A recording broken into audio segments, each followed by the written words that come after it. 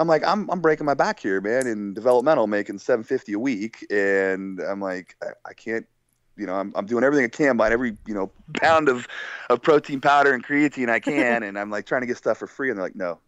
And what come to find out after talking to some people that are on the inside, they like to save that for the higher ups. They want to save it for the John Cenas and the I hate to just keep tossing that name out, but that's just who always comes to mind. That's what I was specifically told. He's Hulk Hogan, of this generation. Yeah. So there's no other way to get around it. You know what I mean? Yeah. It's not that you're bashing Cena. It's, that's who the guy is. He's the face of the company. Yeah, he's the face of the company. There you go. That's exactly. And it's a really big face. It's a really big face. And let me just say, I know you don't want to say this, but let me just say as a fan, it's a face that after 12 years, I want to see some Tyler Reks.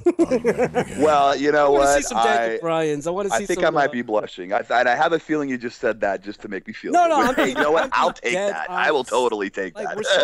We're so thirsty for talent. You know what I mean? Guys my age, anyway, are thirsty for talent in the sense that anything Bray Wyatt does, it's like, everybody's like, oh my God, it's the greatest thing.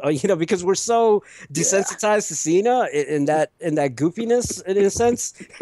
So like when Bray Wyatt comes out, the goofiness, I love it. It is very goofy. Like my son, like it just, as a father, it just pisses me off because my son is so into everything like he does, and he's kind of like me with Hogan. I was that way, so I am more sensitive. I don't say anything in front of him.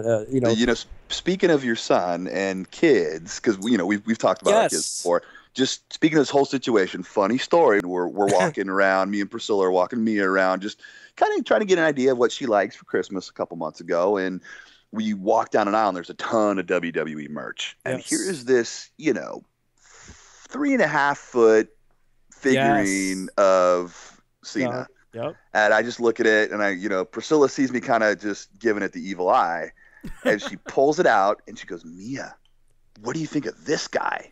And she looks at him, and she's like, give him a big hug. She's like, okay. So, she gives him a big hug, and Priscilla's giving me like, the smirk on her face. I'm like, no, this isn't happening. No. Dude, that is the very toy, I kid you not, that my son will be getting for Christmas. It's a 36-inch John Cena with a red ridiculous hat. That's the one. Yeah, it's huge. It is literally huge, and I know exactly what you're talking about. What I think what you should have done though is like done a video, taking this doll and given it the FU. the attitude adjustment for those who don't know what the FU is. Do the burning hammer. Maybe you should be on creative because this stuff. I wish I was.